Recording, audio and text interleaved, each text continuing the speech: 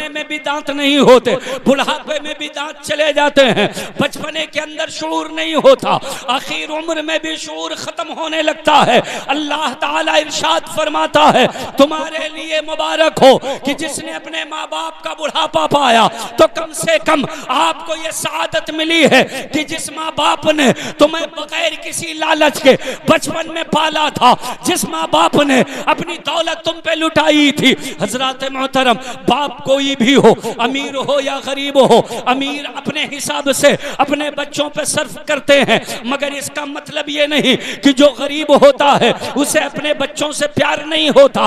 अमीर होता है तो वो उसके लिए महंगी गाड़ी। हम में से जब कोई ईमान वाला इस दुनिया से चला जाए तो उसके जाने के बाद हम अगर उसके साथ एहसान और भलाई करना चाहें, उसके साथ कुछ हुस्ने सुलूक करना चाहें, तो वो हुस्ने सुलूक ये है कि हम उसके लिए ईसाले सवाब कर दिया करें, उसके लिए कुछ नेकियां कर दिया करें, उसके लिए कुछ अच्छा काम कर दिया करें। हजरत मोहतरम, ये एहसान और भलाई की बात है। एक मोमिन को दूसरे मोमिन के लिए दुआए खैर व मग़फ़िरत करना चाहिए। यही वजह है कि जब हम और आप किसी मोमिन के मौत और इंतकाल की खबर सुनते हैं तो हम आयत इस्तिरजा पढ़ते हैं और उसके मग़फ़िरत की दुआ करते हैं। हजरत मोहतरम, कोई रिश्ता नहीं है, न वो आपका बाप है, न आपका भाई है, न आपका चचा है, न कोई रिश्तेदार है, न कोई नातेदार है, आपका दुनियावी कोई रिश्ता उससे कायम नहीं है, मगर सिर्फ ईमान वाला है। आके आपकी बस्ती में उसने दम तोड़ दिया, उसका इंतकाल हो गया, तो अब वहां के मुसलमानों पे ये फर्ज है कि उस मुसलमान को गुस्ल दें, उसकी नमाज़े जनाजा पढ़ें, उसे कफन पहनाएं और उसको कब्र के अंदर दफन कर दें। ये इस्लामी रिश्ते में है।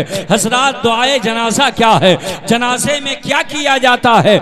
जब जनाजा की नमाज आप पढ़ते हैं तो उसमें कौन सी दुआ पढ़ते हैं? वो दुआए मग़फ़िरत ही होती है। मतलब ये है कि सिर्फ ईमान का ताल्लुक है, वो आपका रिश्तेदार नहीं है, वो आपका भाई बिरादर नहीं है, वो आपका पटीदार नहीं है, वो आपका ईज़ा अक़रबा में से नहीं है, सिर्फ ईमान वाला है। आप भी ईमान वाले हैं तो आप पर लाजिम है कि उसके लिए दुआए मग़फ़िरत करें और कहें, अल्लाहुम्मा मग़फ़िर, ऐ अल्लाह तू मग़फ़िरत फरमा, ले हय्यिना, हम में जो जिंदा हैं मौला तू उनकी मग़फ़िरत फरमा दे, ऐ परवरदिगारे आलम, व मय्यितिना, हम में जो इंतकाल कर गए हैं तू उनकी भी मग़फ़िरत फरमा दे, वले शाहिदीना, ऐ मौला तो हम में जो मौजूद हैं तू उनकी भी मग़फ़िरत फरमा दे, वले गायबीना, और जो हम में मौजूद नहीं है, सामने मौजूद नहीं है, ऐ अल्लाह तू उनकी भी मग़फ़िरत फरमा दे, वले सगीरिना, ऐ मौला जो हमारे छोटे हैं तू उनकी भी मग़फ़िरत फरमा दे, वले कबीरना, और जो बड़े हैं उनकी भी मग़फ़िरत फरमा दे।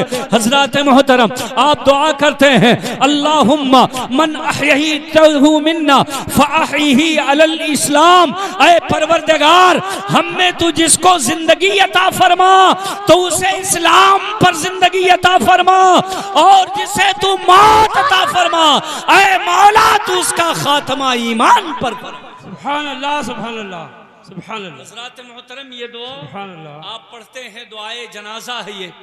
आप दुआ करते हैं, अल्लाहुम्मा अग़फ़िर लिहय्यिना व मय्यितिना व शाहिदिना व गायबिना व सगीरिना व कबीरिना व ज़करिना व उनसाना, ऐ मौला जो हम में मर्द हैं उनकी मग़फ़िरत फरमा, जो औरत हैं उनकी मग़फ़िरत फरमा, ऐ परवरदिगार हम में से तू जिसको ज़िंदगी अता फरमा उसे इस्लाम के क़वानीन पर ज़िंदगी अता फरमा, और जिसे मौत अता फरमा उसे ईमान पर मौत और ख़ात्मा अता फरमा। हज़रात मोहतरम, आपने ये दुआ पढ़ी है, इस पूरी दुआ के अंदर आप एक जुमला नहीं दिखा सकते हैं जिसमें यह दुआ की गई हो, ऐ परवरदिगार जो हमारे सामने जनाजा है तू इसकी मग़फ़िरत फरमा दे, ऐ परवरदिगार तू इस जनाजे की मग़फ़िरत फरमा दे, इसे जन्नत अता फरमा दे, इसके गुनाहों को माफ़ फरमा दे। बल्कि जमा के सेगे हैं, तमाम लोगों के लिए दुआ हो रही है, जो जिंदा हैं उनके लिए, जो मुर्दा हैं उनके लिए, जो बड़े हैं उनके लिए, जो छोटे हैं उनके लिए, जो मर्द हैं उनके लिए, जो औरत है उनके लिए, और जो हाजिर हैं उनके लिए, जो गायब हैं उनके लिए। और दुआ मांगी जा रही है, जिसे जिंदगी मिले इस्लाम पर मिले, जिसे मौत आए ईमान पर आए। हजरत मोहतरम, मैं बताना यह चाहता हूँ, ये दुआ आपने पढ़ी है। हजरत अल्लाह के हबीब फरमाते हैं कि अगर जनाजा पढ़ने में एक आदमी भी जन्नती है तो उसकी इस दुआ से मुर्दा भी जन्नती हो जाता है, और जितने जनाजे में शरीक हैं उन सब की बख्शिश हो जाती है। सुभान अल्लाह, सुभान अल्लाह। नारे तकबीर, नारे तकबीर, नारे रिसालत, नारे रिसालत। जिसकी जितने उसमें हाजिर हैं उन तमाम लोगों की मगफिरत हो जाती है। आइए जनाजा में शिरकत की बरकत देखिए। एक ईमान वाला है, उसका जनाजा कितना मुहतरम है। हजरात वो सामने रखा है तो उसकी दुआ ये हो रही है, और उसकी बरकत से दुआ कबूल भी हो रही है। अगर जनाजा जन्नती है और वो जन्नत वाला है तो जितने लोग उसके जनाजे में शरीक हो गए, अल्लाह ताला उसकी बरकत से उन सब की मगफिरत फरमा दे। सुभान अल्लाह, सुभान अल्लाह। अल्लाह ताला उसकी बरकत से सबकी मगफिरत फरमा देता है। यही वजह है कि जब कोई अल्लाह का मुकर्रब बंदा, जिसके बारे में हम जानते हैं कि वो जन्नती है, दीनदार है, नेक है, अच्छा है, और वो साहिबे कश्फो करामत है, तो उसके जनाजे के लिए लोगों का हुजूम उमड़ पड़ता है। अभी आपने कुछ ही दिनों पहले देखा होगा, बरेली शरीफ में हुजूर ताजुल शरिया का जनाजा हुआ। उस जनाजे में शिरकत करने के लिए सिर्फ मुल्क ही नहीं, बीरूने मुल्क से लोग हवाई जहाज पर बैठ बैठ करके ताजुल शरिया के जनाजे में शिरकत करने के लिए आ गए। वजह क्या थी? लोगों को यह मालूम था ये जन्नती जनाजा है, जो जो इस जनाजे में पहुंच जाएगा उसकी मगफिरत हो जाएगी। सुभान अल्लाह, सुभान अल्लाह, सुभान अल्लाह, सुभान अल्लाह। इसलिए सारे लोग बरेली शरीफ की तरफ रुख कर दिए। हजरात, मालूम ये हुआ कि जन्नती जनाजा है, उसमें जो शरीक हुआ, शिरकत कर लिया, वो भी जन्नती हो गया। मोमिन जो इंतकाल करता है उसकी फजीलत कितनी बढ़ जाती है कि वो सामने रखा हुआ है और दुआ हो रही है।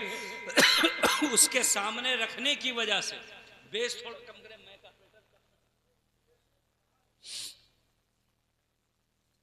दरूद शरीफ पढ़े। अल्लाहुम्मा सल्ली अला सय्यिदिना शफीना हबीबना नबीना मौलाना मुहम्मद मअदनिल जूद वल करम व आलिहि व अस्हाबिहि व बारिक व सल्लिम सलातन व सलामन अलैका या रसूल अल्लाह, सलातन व सलामन अलैका या हबीब अल्लाह सल्लल्लाहु तआला अलैहि वसल्लम। हजरत मोहतरम, मालूम ये हुआ कि अगर साहिब ईमान है तो उसके जनाजे में शिरकत करो, उसके जनाजे में हाजिर हो, उसके जनाजे में पहुंचोगे तो तुम्हें भी बरकतें मिलेगी। और मोमिन का जनाजा इतना अहम है, इस तरीके से बावजन होता है और बरकत वाला होता है कि एक मोमिन का इंतकाल हो जाए। एक मोमिन का बेस जरा बिल्कुल कम कर दीजिए, बहुत आवाज आपका माइक खींच रहा है। हजरात, एक मोमिन अगर उसका इंतकाल हो जाए तो उसकी बरकत इतनी होती है कि आप उसके जनाजे को कंधे पे उठा के चलते। आपने उसके जनाजे को कंधा दिया। अब दुनिया का कोई आदमी ऐसा नहीं है जो ये दावा करे कि मुझे कंधे पर उठाने की वजह से तुम्हारे कबीरा गुनाह मुआफ होते हैं। मगर अगर मोमिन का जनाजा है, आज हम और आप जनाजों में शिरकत किया करें तो कोशिश ये हो कि उसे अपने कंधे पे उठाएं, और कंधे पे उठाने के बाद चारों तरफ कंधा लगाएं, कम से कम 10-10 कदम उसे अपने कंधे पे लेके चलें। सिर्फ दिखावा ना हो, रियाकारी ना हो, बल्कि ये मोमिन का एहतराम है कि उसका इंतकाल हुआ है, ईमान वाला है, भले वो खताकार है, भले वो गुनहगार है, भले वो ईसियां से आ रहे है, मगर आपने उसके जनाजे को कंधा दिया। तो अल्लाह के हबीब फरमाते हैं जितने कदम तुम उसे जनाजे को लेके चलोगे अल्लाह उतने बड़े गुनाह माफ फरमा देगा, आपके दर्जात बुलंद फरमाएगा, आपको नेकियां अता फरमाएगा। हजरत मोहतरम ये मोमिन के लिए दुआ की बात है। मगर अब आइए जो रिश्तेदार और खानदान वाले हैं, जो अहले अकीदत हैं, जिन्हें अल्लाह रब्बुल इज्जत ने कराबत और खानदान में पैदा किया है, रब इरशाद फरमाता है ऐ दुनिया वालों इन्नी जअलनाकुम शुबूबन व कबाइला लितआरफू बैनकुम, हमने तुम्हें गिरोहों में बनाया है, तुम्हें कबीलों में बनाया है, तुम्हें खानदानों में बनाया है, तुम्हें एक दूसरे का रिश्तेदार बनाया है। आखिर ये रिश्तेदारियां क्यों है, ये कराबतदारियां क्यों है? वजह यह है कि एक आदमी का इंतकाल होता है, वो आम आदमी है, किसी का दिल इतना नहीं तड़पता, किसी की आंखें नहीं भीगती, किसी का दिल नहीं रोता है, किसी का सीना उस वक्त मातम कदा नहीं बनता है, किसी के चेहरे पर तफक्कुर के आसार नहीं आते हैं। मगर जब रिश्तेदार का इंतकाल होता है, खानदान में से कोई जाता है, आइज़ा अक़रबा दुनिया से जाते हैं, पलकें भीग जाती हैं, आंखों से अश्क रवा होते हैं, दिल के अंदर धड़कन पैदा होती है, कलेजा मुंह को आने लगता है। वजह यह है ताकि कराबतदार जब दुनिया से रुखसत हो तुम्हारे दिल में एक कसक पैदा हो और उस कसक के लिए तुम अपने कराबतदार के लिए दुआए मग़फ़िरत करते रहो। सुभान अल्लाह, सुभान अल्लाह, सुभान अल्लाह। नारे तकबीर, नारे तकबीर, नारे रिसालत, नारे रिसालत, उलमा अहले सुन्नत, नारे तकबीर, नारे रिसालत। ये तो खानदान वाले हैं, कराबतदार हैं, रिश्तेदार हैं। मगर एक वो सिलसिला आता है जो सिलसिला दुनिया में सबसे ज्यादा करीब होता है, सबसे ज्यादा कराबत और दार होता है। अल्लाह रब्बुल इज्जत अगर चाहता तो हमें और आपको, वो खल्लाक है, वो पूरी दुनिया को बनाने वाला है, अगर चाहता तो हमें और आपको पेड़ पौधों से पैदा कर देता, अगर चाहता तो हमें खेतों में पैदा कर देता, अगर चाहता तो जंगलों में पैदा कर देता, अगर चाहता दरियाओं में पैदा कर देता, अगर चाहता तो हम और आप जानवरों की तरह माँ बाप से तो पैदा होते, लेकिन न माँ को पहचानते न बाप को पहचानते। अल्लाह ने हमें जानवर नहीं बनाया बल्कि इंसान बनाया है, माँ बाप से पैदा भी किया है और माँ बाप की पहचान भी अता फरमाई है। हम अपने माँ को भी पहचानते हैं, अपने बाप को भी पहचानते हैं, बाप को भी जानते हैं, माँ को भी जानते हैं और उनसे मोहब्बत भी करते हैं। हम जानवरों की तरह नहीं कि पैदा होने के बाद बड़े हुए, ताकतवर हुए, जवान हुए, हमारे सींगे निकल आए तो अपने माँ के ऊपर झपट पड़े, उसके ऊपर टूट पड़े, उसे ठोकर मार दी। नहीं नहीं, हमें इंसान बनाया है, प्यार वाला बनाया है। माँ बाप किसी के हो वो सब मोहतरम होते हैं, मगर जब मुस्तफा के उम्मती के हो तो कुरान बैन करता है तुम्हें जानवरों की तरह नहीं रहना है, बल्कि ला तकुलु फिम वला तनहरहुमा, अपने माँ बाप से न तुम्हें उफ कहना है न तुम्हें उन्हें झड़कना। नारे तकबीर, नारे तकबीर, नारे रिसालत, खतीब अहले सुन्नत, नारे तकबीर, नारे रिसालत। को तुम्हें उनका एहतराम देना है। रब फरमाते हैं इम्मा यबलुगन्ना इंदकल किबरा, अगर तुम्हारे सामने वो बुढ़ापे को पहुंच जाएं। बुढ़ापा ये बचपन की याद दिलाता है, बचपन में भी आदमी कमजोर होता है, बुढ़ापे में भी कमजोर होता है, बचपन में भी चलने फिरने की सकत नहीं होती है, बुढ़ापा गालिब आता है, हाथ पैर कमजोर होते हैं तब भी चलने फिरने की सकत नहीं होती है, बचपने में भी दांत नहीं होते, बुढ़ापे में भी दांत चले जाते हैं, बचपने के अंदर शऊर नहीं होता, आखिर उम्र में भी शऊर खत्म होने लगता है। अल्लाह ताला इरशाद फरमाता है तुम्हारे लिए मुबारक हो कि जिसने अपने माँ बाप का बुढ़ापा पाया, तो कम से कम आपको यह सआदत मिली है कि जिस माँ बाप ने तुम्हें बगैर किसी लालच के बचपन में पाला था, जिस माँ बाप ने अपनी दौलत तुम पे लुटाई थी। हजरत मोहतरम, बाप कोई भी हो, अमीर हो या गरीब हो, अमीर अपने हिसाब से अपने बच्चों पे सर्फ करते हैं, मगर इसका मतलब ये नहीं कि जो गरीब होता है उसे अपने बच्चों से प्यार नहीं होता।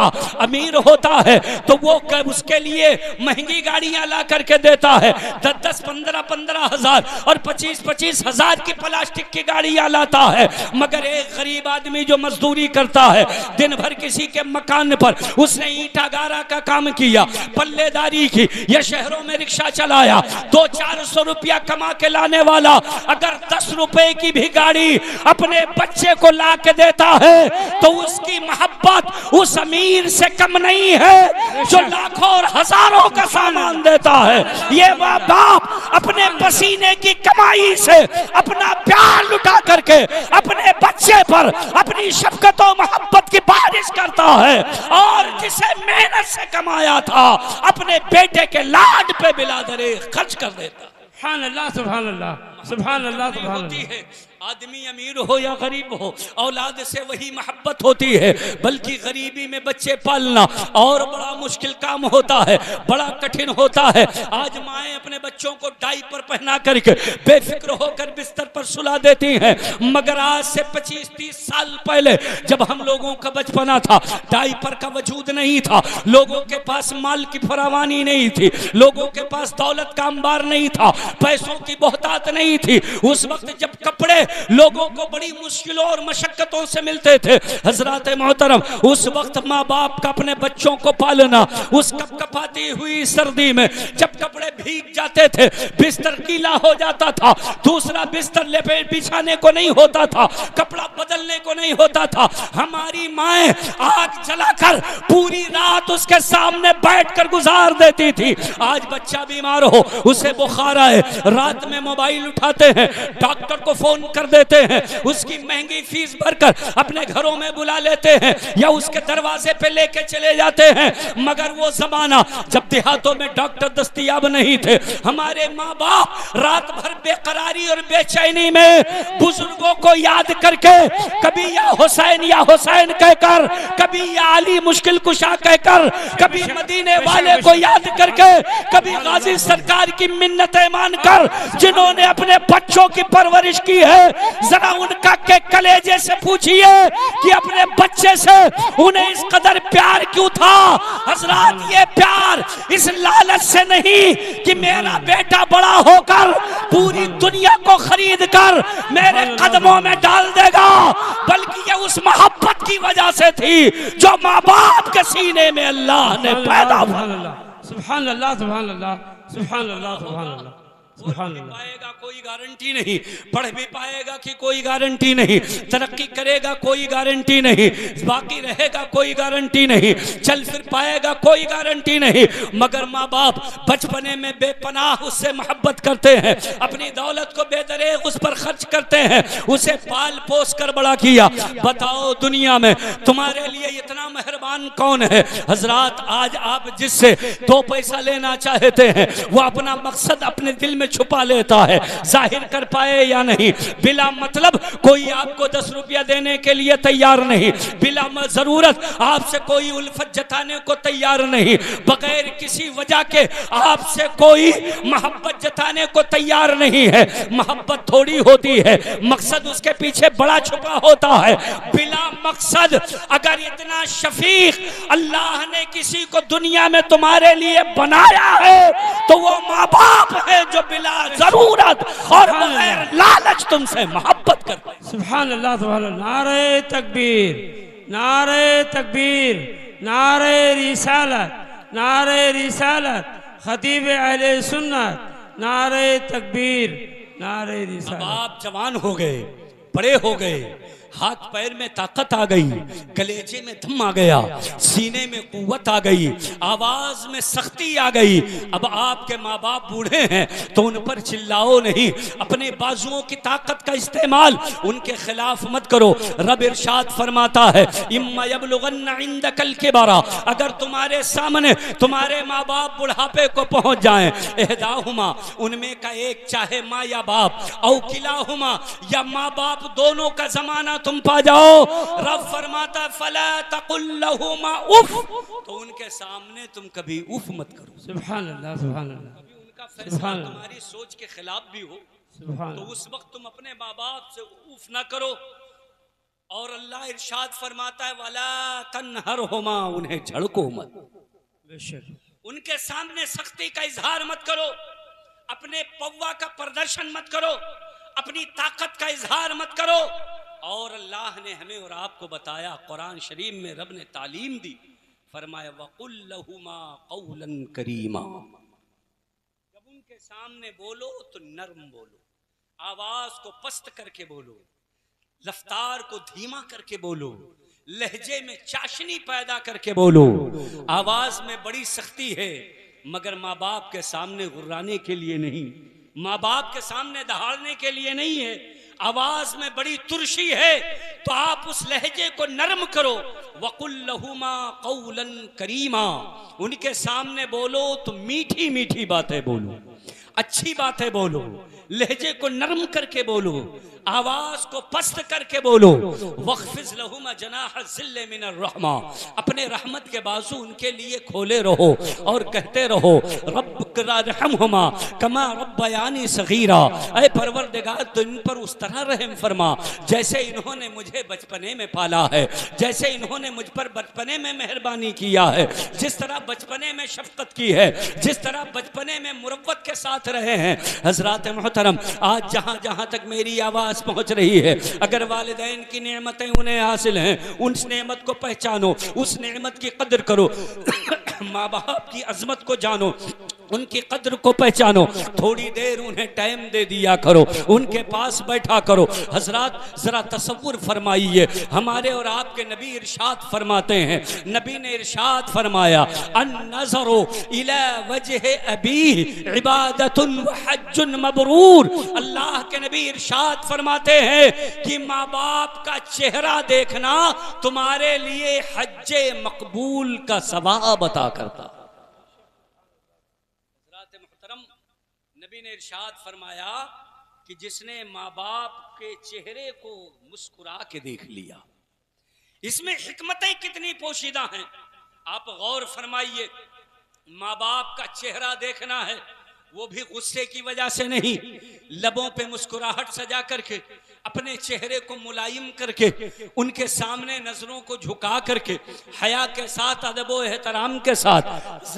जरा कारी साहब क़िबला की मैं खुसूसी तवज्जो चाहता हूँ, ये कारी साजिद साहब भी बहुत बड़े खतीब हैं, आए दिन तकरीर करते हैं, अल्हम्दुलिल्लाह ये उलमा भी दुआओं से नवाजेंगे, आपकी भी मोहब्बतें मिलेंगी। हजरात नबी ने इरशाद फरमाया माँ बाप का चेहरा देखना इबादत है। आखिर क्या वजह है? नबी ने ये नहीं फरमाया कि अपने माँ बाप के पास बैठ जाओ वहीं से तुम्हें बरकतें मिलेंगी, अपने माँ बाप के साथ ही बैठे रहो तुम्हें बरकतें मिलेंगी, क्योंकि नबी जानते हैं, मुस्तफ़ा करीम को मालूम है कि कहीं ऐसा ना हो कि बेटा माँ बाप के पास बैठे तो सही मगर उनका चेहरा ना देखे, उसकी नजरें मोबाइल पे टिकी हुई हो, आप घंटों बैठे रहे, आपने सोचा माँ बाप के पास बैठ करके मैंने वक्त गुजारी कर ली है, मगर नहीं, इसमें तुम्हें बरकतें नहीं मिलेंगी। जब माँ बाप के पास बैठो तुम्हारा मोबाइल साइलेंट हो, जब तुम माँ बाप के पास बैठो तुम्हारा जहन मोबाइल से हटा हुआ हो, जब तुम माँ बाप के पास बैठो तुम्हारी नजरें मोबाइल के स्क्रीन पर ना हो, मोबाइल अपने जेब में रखो, देखना तुम्हें माँ बाप का चेहरा है, इसलिए कि माँ बाप का चेहरा जब देर तक देखते रहोगे तो उनके खद्दो खाल में उभरी हुई कुछ लकीरें होंगी जिन्हें वो बयान नहीं कर सकते, तो मैं पढ़ना पड़ेगा कि उन्हें तकलीफ क्या है। बहुत सारी तकलीफें माँ बाप जबान पर नहीं लाते, अपने बच्चे से छुपाते हैं, मगर उन तकलीफों को तुम्हें माँ बाप के चेहरों की लकीरों से। नारे तकबीर, नारे तकबीर, नारे रिसालत, नारे रिसालत, उलमाए सुन्नत। हज़रात मुहतरम, माशाअल्लाह आप देख रहे हैं ये उलमा नवाजी, ये मेहमान नवाजी एक वालिदा की मोहब्बत में, और क्यों ना हो जो कुछ मिला है दुनिया में वो सदका है माँ बाप का। हदीस शरीफ में फरमाया गया बच्चे अगर तरक्की करते हैं तो वही जिनके माँ बाप खुश होते हैं उनसे राजी होते हैं, हत्ता कि अगर उनका इंतकाल भी हो गया है और बेटा उन्हें याद कर रहा है, तो उसके याद करने से, इसाले सवाब करने से माँ बाप की रूहें खुश होती हैं और कब्र से अपने बेटे की तरक्की की दुआ देती हैं। रूहें वहां खुश होती हैं, बच्चे यहां तरक्की की। मचल कर बोले सुभान अल्लाह। और ये माशाअल्लाह प्रधान जी की तरफ से ठंडे का इंतजाम है, आप लोग भी पीजिए और आप लोग भी पीते रहिए, मगर तवज्जो मेरे जुमलों पे फरमाइए। मैं जो बातें आपसे अर्ज करना चाहता हूँ, मैं अर्ज करना ये चाहता हूँ कि माँ बाप बड़े अहम हैं। अल्लाह रब्बुल इज्जत ने हमें और आपको बहुत कमजोर पैदा किया। रब फरमाता है खुलिक़ल इंसान ज़ईफ़ा, इंसान बाद में वो पहलवान हो, दारा और सिकंदर बन जाए, मगर जब पैदा होता है तो बहुत कमजोर और नहीफ लागर पैदा होता है। शुरुआत के 6 महीने में वो 2 गुना से ज्यादा बढ़ जाता है, मगर जब पैदा होता है 2 किलो, 2.5 किलो, 3 किलो का उसका मुकम्मल वजूद होता है। इंसान कमजोर इसीलिए पैदा किया गया है ताकि 2 साल तक वो चल फिर न सके, बात न कर सके, उसके माँ बाप उस पर शफकतें करे, तो जब वो जवान हो, माँ बाप बूढ़े हो, तो अपना बचपना उसे याद आए, अपना बचपना, अपनी कमजोरी, अपनी निहाफत, अपनी उस वक्त की लाचारगी याद आए। हजरात मोहतरम में अर्ज कर रहा था, हुजूर ने फरमाया माँ बाप का चेहरा देखा करो, इसमें हज्जे मकबूल का सवाब है। देखने का मतलब यह है कि माँ बाप के चेहरे पर उभरने वाली लकीरें पढ़ो जो माँ बाप आपसे कह नहीं सकते। एक बेटा होने के नाते आपको उन लकीरों को पढ़ना है जिन माँ बाप ने आपके बोले बगैर आपके चेहरे को बचपने में पढ़ा है, बुढ़ापे में उनका चेहरा आपको उनके बोले बगैर पढ़ा। आप बोले नहीं मगर माँ बाप ने समझ लिया बच्चे को भूख लगी है, इसे बुखार है, सर में दर्द है, इसे कपड़े की जरूरत है, ठंड की जरूरत है, छांव की जरूरत है। आपके माँ बाप ने पहचाना है, आप बोले नहीं हैं, आपके माँ बाप ने महसूस किया है। मेरे भाइयों, जितने दिनों तक आप बोल नहीं सके, माँ बाप ने आपका चेहरा पढ़ा।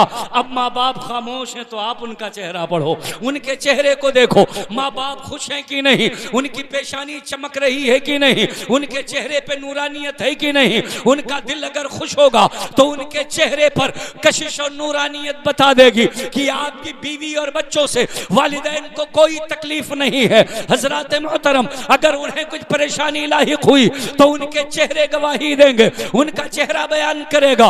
पढ़ना आपकी जिम्मेदारी है, माँ बाप की खिदमत करते रहो, बुढ़ापे में उन्हें कोई तकलीफ ना पहुंचाओ, क्योंकि माँ बाप वो हैं जो आपके और अजाब के दरमियान ढाल बने रहते। हज़रत मूसा अलैहिस्सलाम कलीमुल्लाह थे, अल्लाह से शर्फ़े हम कलामी हासिल थी, तूर पर जाते थे, अल्लाह रब्बुल इज्जत से कलाम फरमाते, जो कहना होता था कहते थे और उधर से अल्लाह का कलाम सुनते थे। तूर पर अल्लाह से उन्हें शर्फ़े हम कलामी हासिल थी। एक दिन हज़रत मूसा अलैहिस्सलाम गए, जब अल्लाह रब्बुल इज्जत से कलाम करना चाहा तो उधर से आवाज आई, निदा आई, कहा ए कलीमुल्लाह ए मूसा। अब बोलना तो जरा सोच समझ के बोलना, अब बोलना तो अपने अल्फाज को तौल कर बोलना, अपनी बातों को आजमा के बोलना, लफ्जों को खंगाल कर बोलना, अपनी बोली की गारंटी लेके बोलना। हजरत मूसा अलैहिस्सलाम अर्ज करने लगे, परवरदिगार बहुत दिन से कलाम करने का शर्फ हासिल है, हमेशा आता हूँ बात करके चला जाता था, कभी ये पाबंदी न लगाई गई, कभी मुझे इस तरीके से वार्निंग नहीं दी गई। आज आखिर क्या वजह है कि मुझे ये वार्निंग दी जा रही है कि जो बोलना वो सोच समझ करके बोलना, लफ्जों को तौल करके बोलना, अपने आवाज को धीमी करके बोलना, अल्फाज की जिम्मेदारी ले करके बोलना। आखिर ये वार्निंग क्यों दी जा रही है? निदा आई है मूसा, अब तक जब तुम आते थे तो तुम कलाम करते थे, उधर तुम्हारी माँ मौजूद थी दुनिया में, उसका मुसल्ला बिछा रहता था, वो दुआ करती थी, परवरदिगार मेरे बेटे मूसा की आवाज में शिद्दत है, अगर लहजा बुलंद हो जाए तो माफ कर देना। उधर तुम कलाम करते थे, उधर माँ की दुआ रहती थी, तुम्हारी गुफ्तगू पर मुआखजा नहीं होता था। आज जब तुम आए हो तो अपने माँ को दफन करके आए हो। अब तुम्हारे पीछे, पर्दे के पीछे तुम्हारी माँ की ज़ाहिरी दुआ नहीं है। अब जो तुम बोलोगे तुम खुद उसके जिम्मेदार। सुभान अल्लाह, सुभान अल्लाह, सुभान अल्लाह, सुभान अल्लाह, सुभान अल्लाह, सुभान अल्लाह, सुभान अल्लाह। कोई अंदाजा नहीं कर सकता। माँ जिंदा है, उसकी दुआ कहां कहां आपके पीठ पीछे होती है। आप कारोबार के लिए निकले हैं, आप तिजारत के लिए निकले हैं, आप दुनियावी जाहो हशम के लिए निकले हैं, आप किसी मिशन पे निकले हैं, आप किसी काम पे निकले हैं। आपने इजाजत मांगी हो ना मांगी हो, आपने कहा हो या ना कहा हो, आपने अर्जी लगाई हो या ना लगाई हो, आपने फरियाद की हो या ना की हो, आपने अर्ज किया हो या ना किया हो, मगर माँ का घर में फैला हुआ आंचल वो हर आपके मिशन पर कामयाबी की अलामत बनकर तुमसे आगे आगे चलता है। जहां जहां तुम्हें कामयाबी मिले समझ जाओ ये माँ की दुआओं का समरा है। अगर माँ घर में है तो उसका आंचल घर में फैला हुआ है, अगर कब्र में है तो माँ का आंचल कब्र में फैला। सुभान अल्लाह, सुभान अल्लाह, सुभान अल्लाह, सुभान अल्लाह। मोहतरम ये माँ है, ये वालिदैन है जिसके बारे में हुजूर ने इरशाद फरमाया दुआउल वालिदैनी लिल औलादि का दुआई नबी ले उम्मतिही। माँ बाप की दुआ उनके वालिदैन के हक में ऐसे होती है जैसे उनके किसी नबी की दुआ उसकी उम्मत के हक में, जैसे उनकी दुआ और बद्दुआ किसी नबी की उम्मत के हक में रद्द नहीं होती, ऐसे ही औलाद के हक में माँ की दुआ और बद्दुआ रद्द नहीं होती। माँ बाप दुआएं करते हैं, अगर जबान से कहें तब भी उनकी दुआ कबूल होती है, अगर दिल खुश हो और दिल झूम रहा हो तब भी उनकी दुआ कबूल होती है। वो जबान से कहे या ना कहे, मुस्तफा ने कह दिया है खुदा की रजा वालिदैन की रजा में है और खुदा का गज़ब वालिदैन की नाराजगी। सुभान अल्लाह, सुभान अल्लाह। माँ बाप जिंदा हैं तो उनकी खिदमतें करें, और अगर इंतकाल हो जाए तो औलाद का क्या हक बनता है। हजरात दुनिया से जाने से कोई बचा नहीं है। आज हम तो कल कोई और, परसों कोई और, मौत से किसको रुस्तगारी है। आज हमारी तो कल तुम्हारी बारी है। अलगरज हर जाने वाला ये दावत फिक्र दे रहा है। कोई बच्चा हो, कोई बूढ़ा हो, कोई जवान हो, कोई मर्द हो, कोई औरत हो, सबका ठिकाना आखिरकार कब्र ही है। सबको दुनिया छोड़कर जाना है, सबको कब्र ही में पहुंचना है। आज हम दूसरे के दुआओं के मोहताज हैं, कल आप भी किसी की दुआओं के मोहताज होंगे और आपके तोगरे से यही सदा आएगी। आज गुजरे हो अगर गोरे गरीबा की तरफ फूल तुरबत पे मोहब्बत के चढ़ाते जाओ, मैं तो मोहताज दुआ हूं गुजरने वालों, हाथ इस समत मोहब्बत से उठाते। सुभान अल्लाह, सुभान अल्लाह। जब कब्र में आदमी लेटता है तो फिर जो ये गफलत का वक्त है, आज हम और आप गफलत में गुजार रहे हैं, ये मौका कमाने का है। और जब कब्र में लेट जाते हैं तो दूसरों के सहारे हो जाते हैं। अब दूसरा अगर इसाले सवाब करता है तो ही मिलेगा। कब्र के अंदर अल्लाह के नबी फरमाते हैं इज़ा मातल इंसानु युनक़तु अन्हु अमलुहु इल्ला मिन सलास। आदमी जब इंतकाल कर जाता है तो उसके अमल का सिलसिला रुक जाता है। अब वो कोई अमल नहीं कर सकता, न वो कब्र में नमाज पढ़ सकता है, न वो ज़कात दे सकता है, न वो सदका कर सकता है, न खैरात कर सकता है, न मस्जिद में चंदा दे सकता, न मदरसे में चंदा दे सकता, न तालीम दीन पे खर्च कर सकता है, न रिफाहे अम्मा में खर्च कर सकता है, न वो क़याम कर सकता है, न कूद कर सकता है। सारा सिस्टम कब्र में पहुंचने के बाद बंद। सिस्टम यही जारी है। हुस्ने अखलाक, हुस्ने सुलूक अपनों के साथ, माँ बाप के साथ, घर वालों के साथ अच्छाइयाँ करते रहो, नेक दिल बनो, नरम दिल बनो, इंसानियत कमाते रहो, एहसान करते रहो, भलाई करते रहो, करो मेहरबानी तुम अहले ज़मीं पर, खुदा मेहरबान होगा से बरी। सुभान अल्लाह, सुभान अल्लाह। भलाइयाँ करते रहो, घर के अंदर भलाइयाँ सीखो। वो किसी का भी घर हो, घर के कोई भी अफराद हो, बहुएं अपने सास को माँ बाप समझें, उनकी खिदमत करती रहें। अरे शौहर और बीवी में बटा क्या होता है? शौहर और बीवी में भी कुछ बटा होता है। शौहर का घर है, बीवी बताती है ये मेरा घर है, खेत है बताती है मेरा खेत है, बाग है बताती है मेरा बाग है। जब आप उनके तमाम जायदाद पर हक जता के कहते हैं मियाँ बीवी है कुछ बटा नहीं, तो ये माँ बाप कैसे बट गए? काश तुम ये सोच लेती कि ये शौहर के माँ बाप हैं तो मेरे भी माँ बाप। और ये सिर्फ एक तरफ नहीं बल्कि शौहर भी समझे, बीवी के माँ बाप जुजियत बाजियत हो जाती है, शरई तौर पर वो भी माँ बाप ही हो जाते हैं। बीवी के माँ बाप वो शौहर के माँ बाप हैं, शौहर के माँ बाप बीवी के माँ बाप। अब अगर हर बहू अपनी सास ससुर को माँ बाप समझे तो सारी दुश्मनियां खत्म। और जहां सास वो पावर में है वो अपनी बहू को बहू न समझे बल्कि वो बेटी समझे। आपने अपनी बेटी दूसरी जगह रुखसत कर दी, वो दूसरे बच्चे की खिदमत में है, आपके बच्चे की जो खिदमत कर रही है वो आपके बेटे से जुदा नहीं है, गोया कि वो आपकी बेटी ही है। अब हुस्ने सुलूक होने लगे, दोनों तरफ से मेहरबानियां होने लगे, सारी दिक्कतें खत्म, सारी परेशानियां खत्म, सारी लड़ाई खत्म, सारे झगड़े खत्म, मोहब्बत हो, इंसानियत हो, भाईचारा हो, हुस्ने अमल हो, मेहरबानी हो। मेहरबानी आम लोगों पर करोगे तो तुम्हें उसका सवाब मिलेगा। अगर घर वाले हैं वो शौहर के माँ बाप हैं, शौहर के माँ बाप कोई कम नहीं है, वो तुम्हारे शौहर के माँ बाप हैं। तुम अगर शौहर को अपना मानती हो तो वो तुम्हारे भी माँ बाप हैं। उनकी खिदमत में कोई दरेग ना हो, उनकी मोहब्बत में कोई दरेग ना हो, कुछ सोचना ना पड़े, उन्हें कोई अज़ियत ना दो, उन्हें कोई परेशानी ना दो, उनके साथ हुस्ने सुलूक करो। क्योंकि आज वो बुढ़ापे में है, कल आप बुढ़ापे में होंगे। आज वो कब्र में पहुंचे हैं, कल आपको कब्र में जाना होगा। आज वो अपनी बहू बेटियों के सामने खाना मांगने पर मोहताज है तो कल आपका भी बुढ़ापा आएगा, आपकी भी बहू आएगी। अल्लाह फरमाता है हल जज़ाउल इहसान इल्लल एहसान, जो एहसान करता है उसे एहसान से बदला दिया जाता है। अगर तुम अपने सास के साथ एहसान करोगे तो कल तुम्हारी बहुएं तुम्हारे साथ एहसान करें। सुभान अल्लाह, सुभान अल्लाह, सुभान अल्लाह।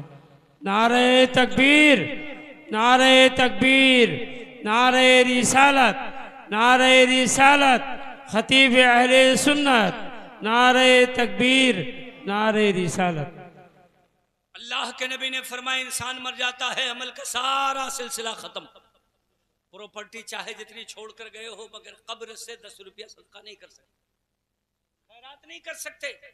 मगर मेरे आका फरमाते हैं सारा अमल खत्म हो जाता है मगर मोमिन का 3 अमल कब्र में कंटिन्यू जारी रहता। मर गए मरदूद, ना फातिहा ना दरूद वाला मसला नहीं है। जो लोग कहते हैं इसाले सवाब करने से कुछ नहीं होता, वो अल्लाह के नबी की ये हदीस सुने। अल्लाह के नबी ने फरमाया युनक़तउ अन्हु अमलुहु इल्ला मिन सलास, अमल का सिलसिला रुक जाता है मगर 3 अमल जारी रहते, 3 अमल जारी रहते। हुजूर ने फरमाया मिन सदक़तिन जारिया, सदक़े जारिया करके चले जाओ, कब्र में रहोगे, कोई आपके लिए इसाले सवाब करे न करे, आपका वो सदका आपको सवाब पहुंचाता रहेगा। किसी के लिए पेड़ लगा दिया, मुसाफिर उसमें रुक करके आराम करते हैं। आपने कहीं सबील लगा दी, पानी के लिए लोग पीते हैं, सैराब होते हैं। आपने कोई रोड बनवा दी, उस पर लोग चलते हैं। चलने वालों का हक सड़क होती है, सड़क पर चलने वालों का हक है। जो चलने ना दे वो हुकूक की तलफी करता है। रास्ते रोकना, घेर लेना, सड़क बनी हुई है उस पर अपना जीना लगा लेना, नाली बहा देना।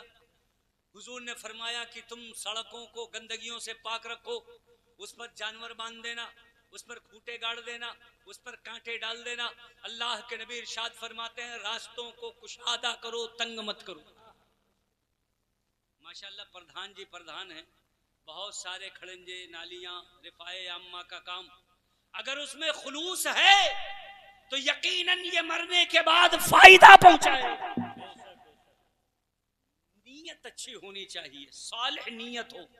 अल्लाह के नबी फरमाते हैं मिन सदक़तिन जारिया, आदमी सदक़े जारिया करके चला जाए, मरने वाले को इसका सवाब मिलता रहेगा। फरमाया औ मिन इल्मिन युनतफो बि, ऐसा इल्म छोड़कर जाए जिसका फायदा लोग उठाते रहें, तो जब तक वो इल्म जिंदा रहेगा उसका सवाब मिलता रहे। नबी ने इसकी खास तौर पर नाम लेकर इल्म की बशारत दी है। ये मदरसा चलाने वाले मुबारकबाद के लायक हैं। हज़रत अल्लामा क़ारी साजिद साहब दीन का काम कर रहे हैं, तब दीन की तालीम को आम कर रहे हैं। इन्होंने इंतजाम किया, आपने चंदा दिया, लाइट लगवा दिया, उसके उजाले में जो इल्म हासिल हुआ। आपने पंखा लगवाया, पंखा के हवा में जो इल्म हासिल हुआ। आपने पानी दिया, पानी को पीकर जो इल्म हासिल हुआ। आपने गल्ला दिया, गल्ला खा के जो इल्म हासिल हुआ, वो इल्म क़यामत में तक जब तक जिंदा रहेगा उसका सवाब मिलता रहे। नस्लन बादा नस्लिन, शागिर्द के शागिर्द, शागिर्द के शागिर्द, शागिर्द के शागिर्द, आपका कैलकुलेटर जवाब दे जाएगा, मगर अल्लाह के रहमत के फरिश्ते जोड़ते रहेंगे। उसकी रहमत की कोई इंतहा नहीं, जब तक वो इल्म जिंदा रहेगा सवाब मिलता रहेगा। अल्लाह के नबी ने फरमाया औ मिन वलदिन सालिहिन यदूला, आदमी दुनिया से चला जाए और नेक औलाद छोड़ के जाए। नेक औलाद क्या करे? फरमाए यदूला, जो अपने माँ बाप के लिए दुआए मग़फ़िरत करती रहे। जरा बोले सब लोग सुभान अल्लाह। जो लोग अपने माँ बाप के लिए इसाले सवाब करते हैं, गोया कि वो नेक औलाद में शामिल है। हुजूर ने सिफत फरमाई, बयान फरमाई औ मिन वलदिन सालिहिन, कि नेक औलाद छोड़कर जो माँ बाप गए और उन्हें ये तरबियत दे गए कि यदूला, कि अपने माँ बाप के लिए वो दुआए मग़फ़िरत करते हैं या उलमा को बुला के करवाते हैं, तो जब तक ऐसी औलाद बाकी रहती है कब्र में सवाब मिलता है। नेक औलाद छोड़ करके गए, माँ बाप ने नेक औलाद छोड़ी। नेकी की पहचान ये है कि अपने माँ बाप को भूले नहीं, बल्कि दुआए मग़फ़िरत करते रहे। दुआए मग़फ़िरत करते रहे, करवाते रहे। कुरान पढ़ करके, उलमा को बुला के, ना शरीफ पढ़ के, तकरीर करवा के, लोगों को खाना खिला के, उनकी ज़रूरतें पूरी करके माँ बाप को याद करते रहे। हज़रात मोहतरम, आप तवज्जो फरमाइएगा, ये कुरान शरीफ पढ़ना, मैंने अपने खुतबे के बाद यही आयत पढ़ी थी। हमें बड़ी लंबी चौड़ी तकरीर आपसे करनी थी, मगर मैं अपनी गुफ्तगू को समेट रहा हूँ, इसाले सवाब पर मैं पहुँचा हूँ। मैं ज़रा बता दूँ थोड़ी देर के लिए कि माँ बाप के लिए इसाले सवाब कैसे किया जाता है। अल्लाह इरशाद फरमाता है वनुनज़्ज़िलु मिनल कुरआनी, हमने कुरान उतारा है। अल्लाह फरमाता है वनुनज़्ज़िलु मिनल कुरआनी मा हुआ शिफाउन, कि अल्लाह रब्बुल इज़्ज़त ने जो कुरान उतारा है इस कुरान में शिफा रखी। 15वें पारे की आयत करीम, सुभान अल्लाह, सुभान अल्लाह, वाह सुभान अल्लाह। पारा जब आप पढ़ेंगे तो आपको ये आयत करीमा मिलेगी। ये उलमा हुफ़ाज़ से पूछिए, मैं कोई लफ्ज़ी करके नहीं जा रहा हूँ, बल्कि कुरान की आयतें पढ़ पढ़ करके, हदीस पढ़ पढ़ करके आपको समझा रहा हूँ। जो लोग कहते हैं इसाले सवाब नहीं करना चाहिए, आप उनसे पूछो कि कुरान में ये आयत क्यों आई है। रब फरमाता है वनुनज़्ज़िलु मिनल कुरआनी, हमने कुरान उतारा है, मा हुआ शिफाउन, अल्लाह फरमाता है हमने इसमें शिफा रखी है। आज लोग सोचते हैं कि कुरान में क्या शिफा है। जरा सी बीमारी आई, हॉस्पिटल चलो, दवाओं का सहारा लो, कैप्सूल लो, गोलियां खा लो, इंजेक्शन लगवा लो, बोतल चढ़वा लो, शिफा इसी में है। नहीं नहीं, अल्लाह ने शिफा रखी है दवाओं के जरिए भी, मगर उससे ज्यादा जो खुले तौर पर कुरान में फरमाया कि कुरान की आयतों में बीमारों के लिए शिफा है। खुद पढ़ो तो शिफा पा जाओ, उलमा पढ़ के दम कर दे तो बीमारों को शिफा मिले। सुभान अल्लाह, नारे तकबीर, नारे तकबीर, नारे रिसालत, नारे रिसालत, खतीब अहले सुन्नत।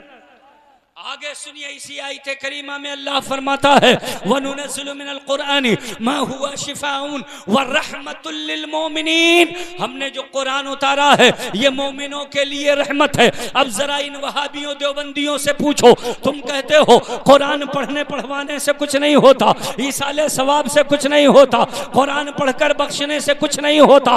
अल्लाह तो फरमाता है कुरान मोमिनों के लिए रहमत है। जरा इसके तर्जमे में या इसकी तफसीर तफसीर में, कहीं ये दिखाओ कि कुरान सिर्फ जिंदे मोमिन के लिए रहमत है, जो मोमिन इंतकाल कर जाए तो कुरान की रहमत खत्म हो गई, कयामत आ जाएगी।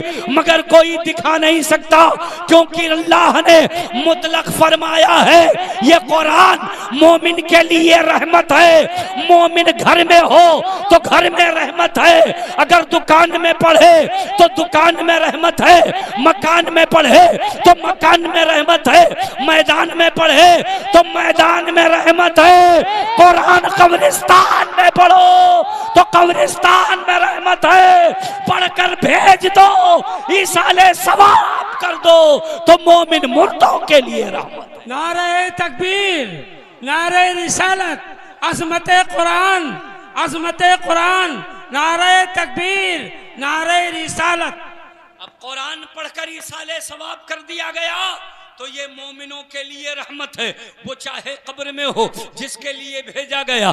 एक हदीस शरीफ सुन लीजिए, अल्लाह के नबी इरशाद फरमाते हैं, उनसे एक सहाबी ने पूछा, या रसूल अल्लाह, जो कुछ हम नमाज पढ़ते हैं और जो कुछ हज करते हैं, कुन्ना नुसल्ली व नहुज्जु लिमौताना, ऐ अल्लाह के महबूब बताइए, जो हम नमाज पढ़ते हैं, हज करते हैं और जो कुछ सदका करते हैं अपने मुर्दों के लिए भेजते हैं, तो क्या इसका फायदा उन्हें होता है?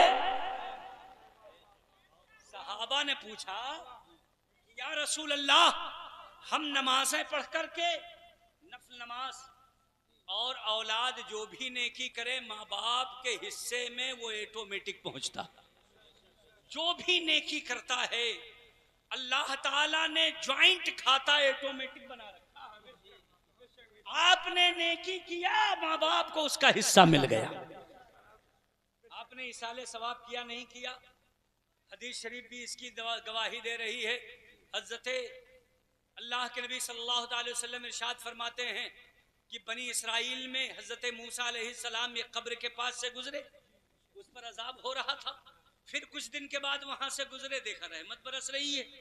कलीमुल्लाह थे, जाकर अल्लाह से सवाल किया, परवरदिगार, आदमी कब्र में लेटा है, लेटे लेटे कुछ कर नहीं सकता, आखिर इसकी कब्र पे अजाब उतर रहा था, ये अजाब रहमत में कैसे बदल गया? ये कब्र से उठकर कोई अमल करने गया था?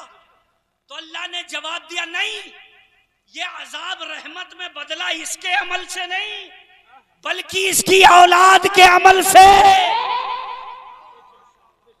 ये इसका अमल नहीं है, इसके लड़के का अमल है। आज इसके बेटे ने बिस्मिल्लाह पढ़ा है तो उसने मुझे रहमानो रहीम कहा है, उसकी बरकत उसके बाप को मिल गई कि उस पर जो अजाब हो रहा था रहमत में बदल गया। पता चला बेटों की अच्छाइयां माँ बाप को फायदा पहुंचाती। बेटे जो इसाले सवाब करते हैं, माँ बाप के लिए जो कुरान शरीफ पढ़ते पढ़वाते हैं, परवरदिगार कब्र में उसका सवाब उन्हें पहुंचाता है। हुजूर से पूछा सहाबा ने, हम जो नमाज पढ़ते हैं, हज करते हैं, सदका देते हैं, या रसूल अल्लाह अपने मुर्दों के लिए करें तो कुछ होगा फायदा? हुजूर ने ये नहीं फरमाया हाँ होगा, बल्कि फरमाया तुम आपस में एक दूसरे को तोहफा देते हो? बोले हाँ या रसूल अल्लाह। कहा तोहफा पाके तुम्हारे दिल पे क्या महसूस होता है? जब कोई तोहफा दे तो तुम्हारे दिल पे क्या गुजरता है? बोले तोहफा तो तोहफा होता है, बड़ी खुशी होती है, सब कुछ है, मगर आदमी उमरा करने के लिए गया, खजूर और जमजम ही भेज दिया, कोई एक रुमाल और मुसल्ला ही ले आया, किसी ने एक तस्बीह दे दी, किसी ने एक जोड़ा कपड़ा दे दिया। कहते तोहफे से बहुत खुशी होती है, अपने हाथ से खरीद कर बहुत पहन सकते हैं, बहुत पैसा है, मगर कभी भाई या भतीजा लेके आ गया एक जोड़ा और दे दिया तो बड़ी खुशी होती है, दिल बड़ा हो जाता। इसलिए हुजूर ने फरमाया सदका दिया करो, भाई हो को, भतीजों को, भांजों को, परिवार लेकर के चलना। हम और आप इमाम हुसैन का नाम सुनते हैं, नाम लेते हैं, मोहब्बत भी करते हैं, मगर कभी इमाम हुसैन को फॉलो नहीं करते। आप जरा देखिए इमाम हुसैन की जिंदगी क्या है। आपने देखा करबला, जहां आप निहत्थे गए थे, उस करबला के लश्कर में आपकी बहन ज़ैनब भी मौजूद थी। पता चला इमाम हुसैन की का सबक यह है कि अपनी बहनों को भी समेटे रहो, उनसे ना इत्तेफाकी ना करो, उनके साथ हुस्ने सुलूक करो, उनका भी तुम्हारी जायदाद में हक हिस्सा है, वो भले माफ कर दे। ऐसा नहीं कि तुम बेटे हो गए तो तुम्हारे ही सुरखाब के पर लग गए। बेटा बेटी सब अपने बाप की औलाद है, माँ बाप ही की औलाद है। बेटे के बनिस्बत बेटी का आधा हिस्सा शरा ने मुकर्रर किया, कुरान में है लिज़्ज़करि मिस्लु हज़्ज़िल उन्सयैन। ये बेटी बहन का कलेजा है कि वो अपना हिस्सा भाई को दे के चले गए। अगर आप 4 से 5 होते तो 5 हिस्सा नहीं लगता, 6 होते 6 जगह नहीं बढ़ता। तो क्या बहनें औलाद नहीं है? उनका भी हक है। मगर हाल ये है कि 2 दिन के लिए आ जाएं तो घर में रहना मुश्किल हो जाता।